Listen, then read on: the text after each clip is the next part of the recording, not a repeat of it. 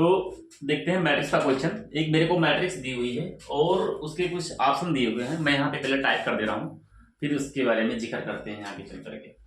मेरे को यहाँ पे दिया हुआ है consider the matrix, consider matrix. जो मैट्रिक्स ए कैपिटल एम से डिनोट किया गया है और ये 3x3 की मैट्रिक्स है। ए स्क्वायर, ए बी, ए सी और ए बी, बी स्क्वायर और बी सी और यहाँ पे ए सी, बी सी और सी स्क्वायर। ये 3x3 की मैट्रिक्स है। 3 रो और 3 कॉलम की मैट्रिक्स हैं। ओके, तो मेरे को इसमें क्या करना है, where A and B, where A V and C are real number. Okay, are real number. Then the matrix has. Then the matrix has. मेरे को ऑप्शन एक फर्स्ट दिया हुआ है कि 3 non zero real eigenvalues, 3 non zero real eigenvalue. Option B दिया हुआ है complex eigenvalues, complex eigenvalues. Number C दिया हुआ है 2 non zero eigenvalues, 2 non zero eigenvalues. Okay, option D दिया हुआ है only 1 non zero eigenvalues, only 1 non zero eigenvalues. Okay, अब देखो इस मैट्रिक्स का, इसका मेरे को सॉल्यूशन करना है। तो इसका सॉल्यूशन करने के लिए मेरे को बताना है कि जो मेरे को मैट्रिक्स दी हुई है इसमें जो एंट्रीज हैं ये रियल नंबर से एंट्रीज हैं। ABCR क्या है, टोटल मेरे रियल नंबर है। यहाँ पे मैंने टाइप कर दिया। इसको आप पहले बाकायदा सरसरी निगाह से देखें, उसके बाद में मैं आपको बताता हूं।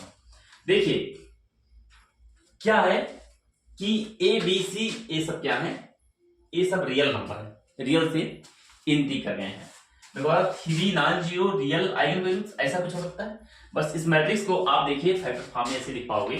अगर मेरे इस मैट्रिक्स को लिखना चाहोगे, एम मैट्रिक्स, जो एम मैट्रिक्स है, इसको ABC और ABC 3x1 1x3 रो क्लास कॉलम होता है ना, इसको ऐसा लिख पाओगे।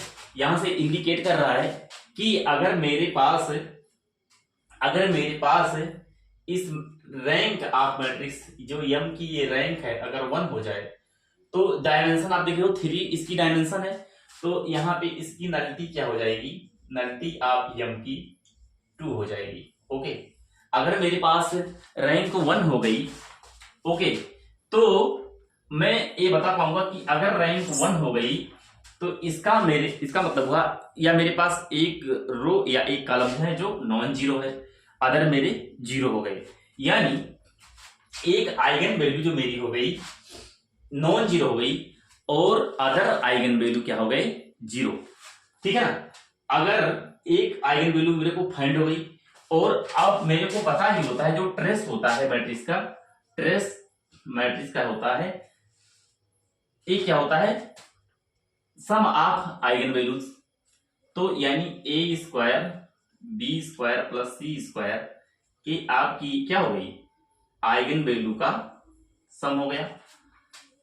और मेरे को ये दिख रहा है कि इसका रैंक 1 है, तो यानी एक तो आइगन वैल्यू ए हो गई, जो सम ऑफ डायगोनल एंट्रीज, जो आपके यहां पे डायगोनल की एंट्रीज हैं, ये हो गए, लेमडा का सम हो गया, सारी आइगन वैल्यू का सम हो गया, ट्रेस हो गया, तो ट्रेस हो गया, लेमडा हो गया। अदर लेमडा क्या है, 0 0, अदर लेमडा 0 0। तो यहां से इंडिकेट होता है कि only one non zero eigen value, मेरे पास सिर्फ only one non zero eigen value मिलेंगे, अदरवाइज क्या होगा, जीरो होगा। तो एक ही आइगन वैल्यू है जो मेरे को इतना मिल पाएगा, अदरवाइज मेरे को नहीं मिल पाएगा। तो मेरे पास एक आइगन वैल्यू 0 0 और एक मिल गया ए स्क्वायर बी स्क्वायर प्लस सी स्क्वायर, ओके, ए मिल गया। तो यहां से एक क्वेश्चन इसके हेल्प से लग गया। इसमें two non zero eigenvalue ऐसा कुछ मिलने का चांस ही नहीं है, क्योंकि मेरे पास रैंक जैसे 1 होता है वैसे अदर कॉलम या रो क्या हो जाएंगे, दो कॉलम या दो रो कोई जीरो हो जाएंगे। तो मेरे पास एक ही नॉन जीरो रो या एक ही नॉन जीरो कॉलम बचेगा। इसी हेल्प से मेरे पास एक ही आइगन वैल्यू जो कि जो नॉन जीरो होगी, अदर आइगन वैल्यू मेरे पास जीरो होंगी। इसी के हेल्प से मैंने बता पाया कि only one non zero eigen value होगा रैंक के हेल्प से, ओके। तो यहाँ पे एक क्वेश्चन अब फिनिश होता है। फिर आप मेरे को ज्यादा से ज्यादा शेयर करें और कमेंट भी करें, ताकि मैं जान पाऊं कि आप सब कौन कौन लोग पढ़ रहे हैं मैथ मेरे साथ। Thank you.